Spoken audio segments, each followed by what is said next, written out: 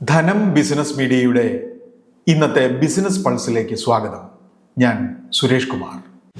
കടബാധ്യത കുറച്ചെടുക്കാനുള്ള ചില നീക്കങ്ങളിലാണ് വ്യവസായ രംഗത്തെ അതികായൻ ഗൗതം അദാനി. അദാനി പവർ, അംബുജ സിമന്റ്സ് എന്നിവയിലെ 5% വീതം ഓഹരി വിൽക്കാൻ ശ്രമിക്കുകയാണ് പ്രൊമോട്ടർമാരായ അദാനി ഗ്രൂപ്പ്. പവറിൽ 72.71%, അംബുജയിൽ 70.33% അദാനിയുടെ ഓഹരി. വിൽപ്പന നീക്കത്തെക്കുറിച്ചുള്ള മാധ്യമ റിപ്പോർട്ടുകളോട് അദാനി ഗ്രൂപ്പ് പ്രതികരിച്ചിട്ടില്ലെങ്കിലും ഓഹരി വിപണിയിൽ വിലയിടിച്ചിൽ.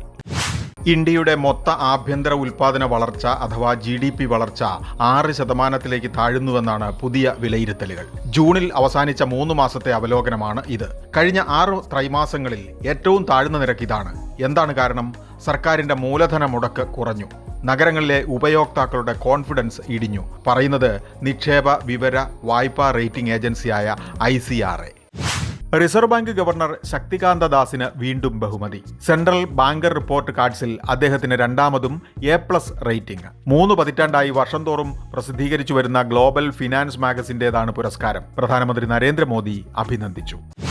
ബാങ്കിംഗ് മെറ്റൽ ഓഹരികളുടെ നേതൃത്വത്തിൽ ഓഹരി വിപണിക്ക് ഇന്ന് പച്ച വെളിച്ചം. നിഫ്റ്റിയും സെൻസെക്സും പച്ചയിലാണ് വ്യാഴം കടത്തിവിട്ടത്. മിഡ്, സ്മോൾ ക്യാപ്പുകൾക്കും മികച്ച പ്രകടനമാണ്. ഫാക്റ്റിനും കല്യാൺ ജുവല്ലേഴ്സിനും മുത്തൂറ്റ് ക്യാപിറ്റലിനും കുതിപ്പ്. സ്വർണ്ണ വിപണിയാകട്ടെ ഉയരം കൈവിട്ടു.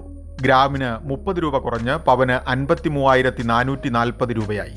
വെള്ളിവില ഇന്നലത്തെ പോലെ ഇന്നും ഗ്രാമിന് 92 രൂപ.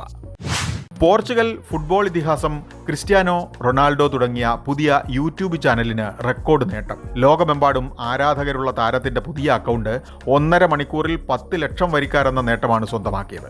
യൂട്യൂബിന്റെ ചരിത്രത്തിലാദ്യം 24 മണിക്കൂറിൽ 1 കോടി വരിക്കാരെന്ന റെക്കോർഡും റൊണാൾഡോ സ്വന്തം പേരിൽ കുറിച്ചു.